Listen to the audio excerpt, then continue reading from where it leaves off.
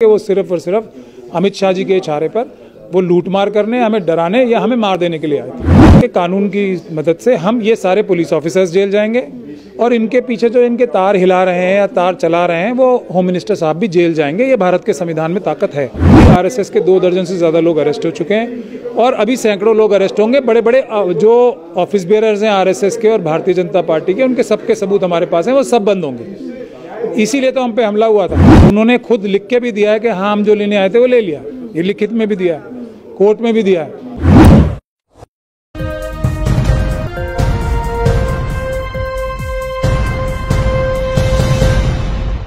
आपने अक्सर सुना होगा लोकतंत्र खतरे में है, लोकतंत्र खतरे में है, लेकिन अब लोकतंत्र खतरे में नहीं, लोकतंत्र बिल्कुल तबाह हो गया है। महमूद पराचा जी इस वक्त मेरे साथ मौजूद हैं और कुछ दिन पहले आपको याद होगा इनके दफ्तर पर एक रेड पड़ी थी। उस रेड के बारे में इनसे बात करेंगे। सर, जो आपके दफ्तर पर रेड मारी गई थी उसके बारे में आपसे सुनना चाहते हैं, क्या मसला पूरा था? पहले तो मैं आपकी तो बात से थोड़ा सा डिफर करना चाहता हूँ, उससे इत्तेफाक थोड़ा सा कम रखता हूँ।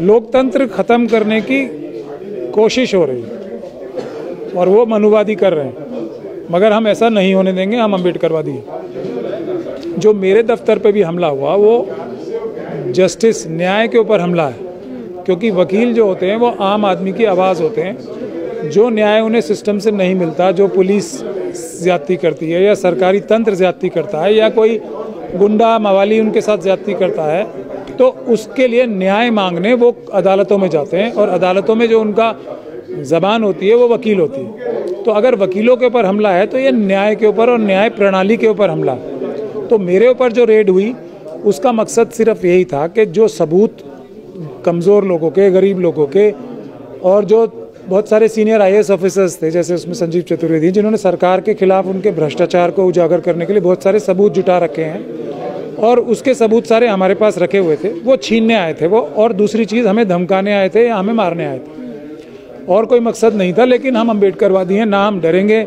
ना हमने वो सबूत जाने दिए। हालांकि वो हैक करके बहुत सारी चीज़ें हमारे कंप्यूटर से ले गए, लेकिन फिजिकली हम, उनका एक मकसद ये भी था कि वो सबूत तबाह ही कर दें। तो वो सबूत हमने तबाह नहीं होने दिए, हमारे पास अभी भी मौजूद हैं। और उससे जिसका वो नाम लेके हमें धमकी दे रहे थे, अमित शाह साहब का, होम मिनिस्टर साहब का, उनको भी अदालत का सामना करना पड़ेगा और अगर न्यायालय उचित मानेंगे तो उनको भी जेल जाना पड़ेगा। एक बात आपके सामने से निकल कर आ रही थी कि आपको गोली मारने की भी धमकी दी गई। जो ये 17-18 घंटे की पूछताछ हुई आपके साथ, जो रेड मारी गई, क्या कितनी सच्चाई है इस बात? देखिए, मैं कह रहा हूँ कि मैं झूठ बोल सकता हूँ, अमित शाह साहब और उनके जो भ्रष्ट ऑफिसर भेजे गए थे वो सच बोल सकते हैं, लेकिन जो वीडियोग्राफी कोर्ट ने कराई है वो तो झूठ नहीं बोलेगी ना।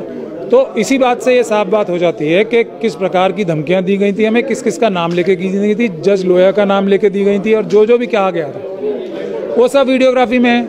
अब वीडियोग्राफी कौन छुपाना चाह रहा है? हम तो पूरी ताकत लगा रहे हैं कि वो वीडियोग्राफी दुनिया के सामने आए, और वो पूरी ताकत ये लगा रहे हैं दिल्ली पुलिस के भ्रष्ट अधिकारी भी और दूसरे लोग भी, कि ये किसी प्रकार से सामने ना आए। तो इसी से जनता अंदाज़ा लगा सकती है कि जो भी मैं बोल रहा हूँ एकदम सच बोल रहा हूँ। लेकिन सर, जिस तरीके से आप सुप्रीम कोर्ट के वकील हैं, वरिष्ठ वकील हैं और काफ़ी लोगों की आवाज़ उठा रहे हैं, दिल्ली दंगों में भी आपने काफ़ी सकारात्मक काम किया, उस तरीके से आपके दफ्तर पर रेड, ये सर एक कोर्ट के ऊपर भी बात खड़ी होती है, कोर्ट के ऊपर भी सवाल खड़ा होता है और जो हमारा प्रशासन है, सरकार है, उस पर तो खड़ा ही होता है कि आपके पास भी अब स्वतंत्रता की आज़ादी नहीं है, निजी आज़ादी नहीं है आपके पास।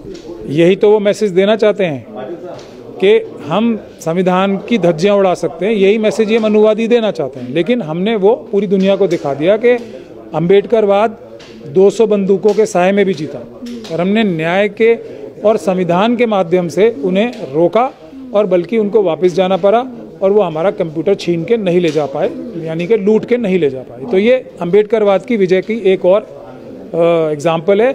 लोगों को संविधान के ऊपर से विश्वास अपना कम नहीं करना चाहिए। संविधान, ये सारी इंस्टीट्यूशंस जो मनुवादियों ने कमज़ोर कर दी हैं वो कमज़ोर तो हो गई, मगर संविधान में बाबा साहब के अब भी इतनी ताकत है कि सबको न्याय आज भी दिला सकता है, लेकिन उसके लिए हमें थोड़ी संघर्ष ज़्यादा करना पड़ता है। लेकिन एक ईमेल का जो पार्ट है इसमें वो सामने आ रहा है कि ईमेल चेक करने के लिए आए थे, लेकिन अगर सिर्फ यही चेक करना था तो आपसे डायरेक्ट बात की जा सकती थी, कोर्ट आपको आदेश दे सकता था, नोटिस दे सकता था।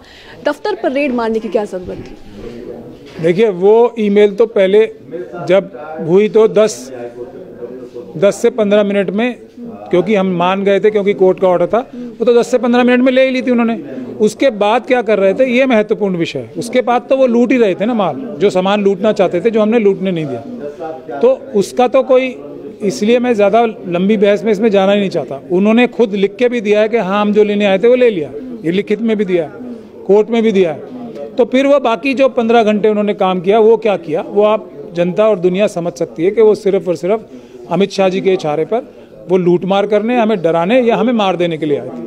सर, डराने का जो माहौल है वो तो तैयारी किया जा रहा है, क्योंकि लगातार हम देख रहे हैं दिल्ली दंगों में मुसलमान ही सबसे ज़्यादा जो है आहत हुआ और उन्हीं की गिरफ्तारी हो रही है झूठे मामलों को लेकर। और आप जैसे वकील जो सामने आ रहे हैं उनकी मदद करने के लिए अब सरकार उनको निशाना साध रही है, भले ही उनको छोड़कर।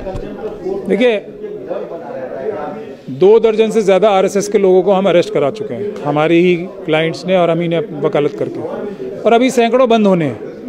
ये है भारत के संविधान की ताकत कि जब पुलिस भी बेईमानी कर रही है, न्यायालयों पे भी दबाव है, उसके बावजूद भी आरएसएस के 2 दर्जन से ज़्यादा लोग अरेस्ट हो चुके हैं और अभी सैकड़ों लोग अरेस्ट होंगे। बड़े बड़े जो ऑफिस बेयरर्स हैं आरएसएस के और भारतीय जनता पार्टी के, उनके सबके सबूत हमारे पास हैं, वो सब बंद होंगे।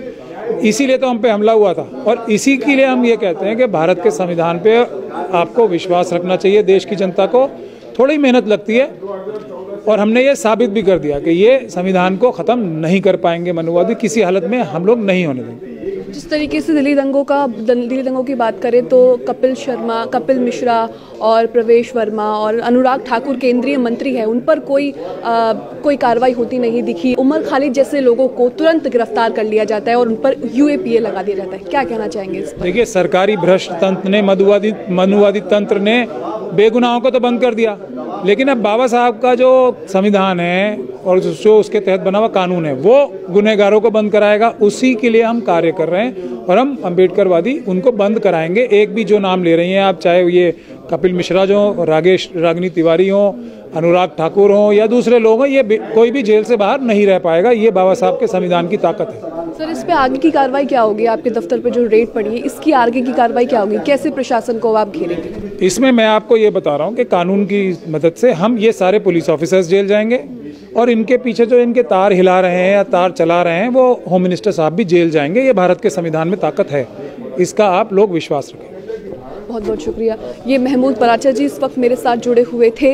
कुछ दिन पहले जिस तरीके से इनके दफ्तर पर रेड मारी गई, एक बहुत बड़ा सवाल कोर्ट पर और प्रशासन पर खड़ा होता है। इनसे बात करी तो उन्होंने ये भी बताया कि जान से मारने की धमकी भी दी गई और बार बार अमित शाह को हाईलाइट किया गया कि अमित शाह से आप पंगा मत लीजिए, देश के गृह मंत्री, आपको भारी पड़ेगा।